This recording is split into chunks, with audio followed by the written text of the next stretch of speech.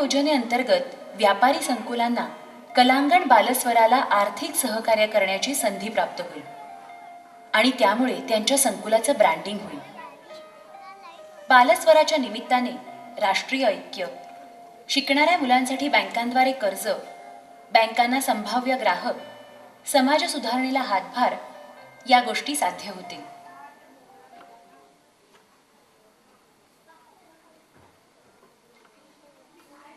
कलांगण आवाहन करीत आहे प्रत्येक पालकाला, प्रत्येक परिवाराला आणि सर्व सकारात्मक संघटित शक्तींना, आपण सर्व मिळून देऊया आपलाही मदतीचा सक्रिय हात. उद्याचं अखिल विश्व समृद्ध करणाऱ्या प्रत्येक बालकाला. कलांगणला दिल्या जाणाऱ्या सर्वच देणग्यांवर आयकर विभागातर्फे करसवलत दिली जाते. अधिक माहितीसाठी पहा www.kalangan.org आणि www.balaswar.com. धन्यवाद.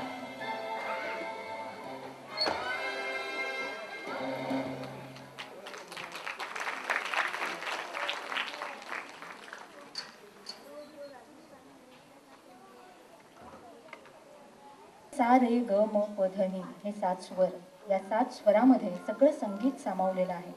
हे 7 स्वर स्वरब्रह्म निर्माण करतात आणि सुरांच्या माध्यमातून आज स्वरब्रह्म साकार करणार आहेत कलांगणचे कलाकार. तसंच बालस्वर या आगळ्या वेगळ्या उपक्रमाची अधिकृत घोषणा सुद्धा आजच होणार आहे. 14 नोव्हेंबर बालदिनाच्या औचित्यानं आजचा हा कार्यक्रम आयोजित केलेला आहे आणि थोड्याच वेळात आपल्या मूळ कार्यक्रमाला आपण सुरुवात करतोय.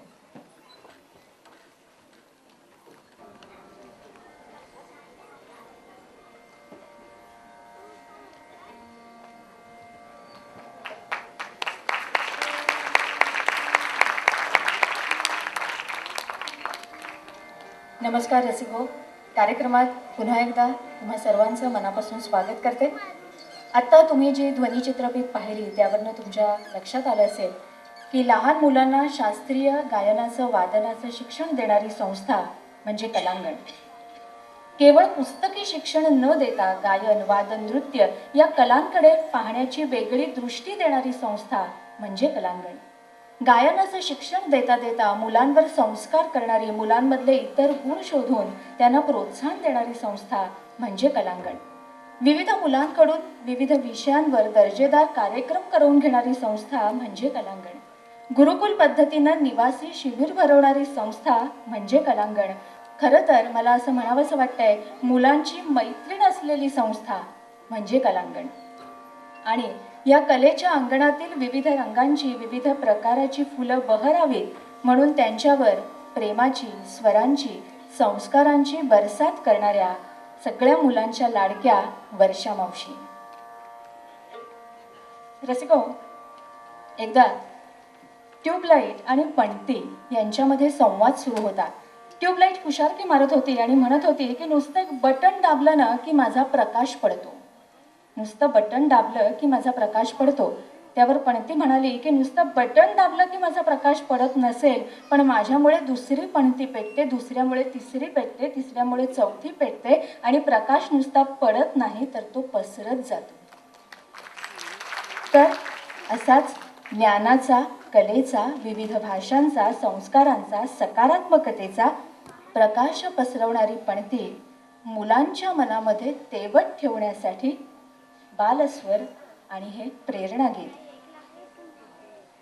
वर्षाताईंचीच एक CD आहे, त्याच्यामध्ये प्रसाद कुलकर्णींचं एक सुंदर गीत आहे. त्यात त्यांनी असं म्हटलंय की या पणतीतलं तेल कसं हवं, सत्कर्माचं तेल, संचिताची वात, मांगल्याची ज्योत अखंडित. आणि जेव्हा 1 वर्षाने हे गीत तयार होईल, प्रेरणा गीत, तेव्हा आपण सगळेजण म्हणू, तेजाळत गेला दिव्या लागी दिवा, उजळून आला आसमंत.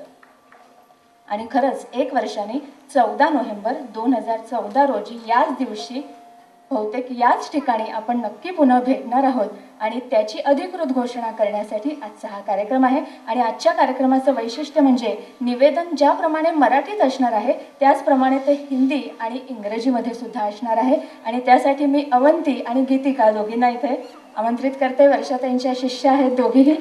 आणि आपलं गीत जसं 14 भाषांमध्ये निवेदन करणं शक्य नाही, मग निवेदनाचाच कार्यक्रम करावा लागेल. पण 3 भाषांमध्ये आपण निवेदन आजच्या कार्यक्रमामध्ये करणार आहोत.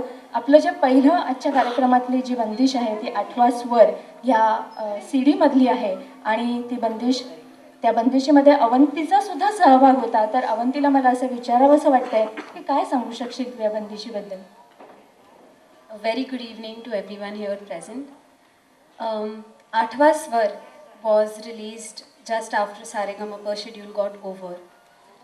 And one very unique feature of this Bandish in Ahir Bhairav is that generally a Bandish has one antara. एकच अंतरा असतो आणि तो अंतरा गायला जातो, परत गायला जातो, त्यात विविध प्रकारे व्हेरिएशन्स करून. बट आज सब मंगल गाव has 2 antaras and both being extremely difficult, not just to sing but also to pick up in the tal.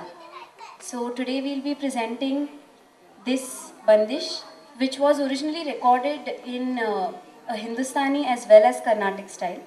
But today we'll be presenting a unique bandish for you in Rag Ahir Bhairav. सुरुवात करूया. आज सब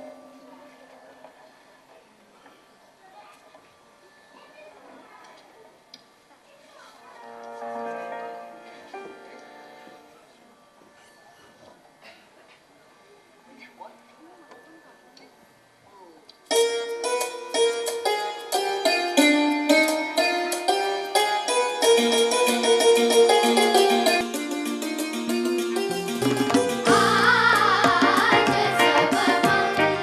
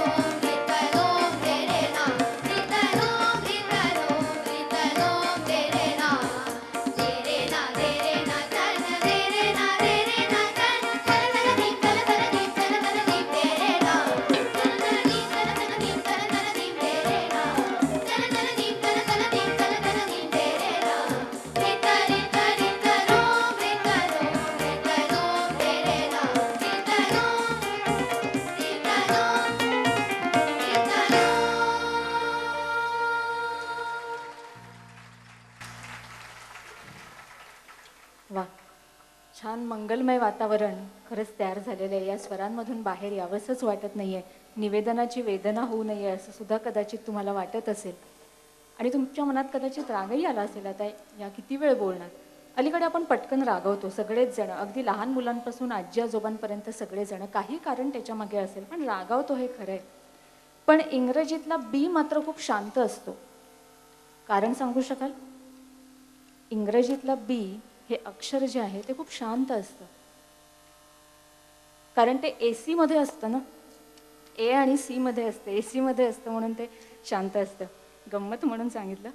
मनातला आणि शरीरातला जो हा राग असतो ना, तो मन आणि शरीर झिजवतो, पण सुरातला जो राग असतो ना, तो मन रिझवतो. आणि अशाच रिझवणाऱ्या रागांची माला आपण आता इथे सादर करणार आहोत. पण तत्पूर्वी मला गीतिकाला विचारायचं आहे की ही रागमाला जी आता आपण सादर करणार आहोत त्याचं वैशिष्ट्य वेगळे पण तू काय सांगशील? नमस्कार। रागमाला, इसका नाम सुनते ही आपको समझ में आएगा कि ये रागों की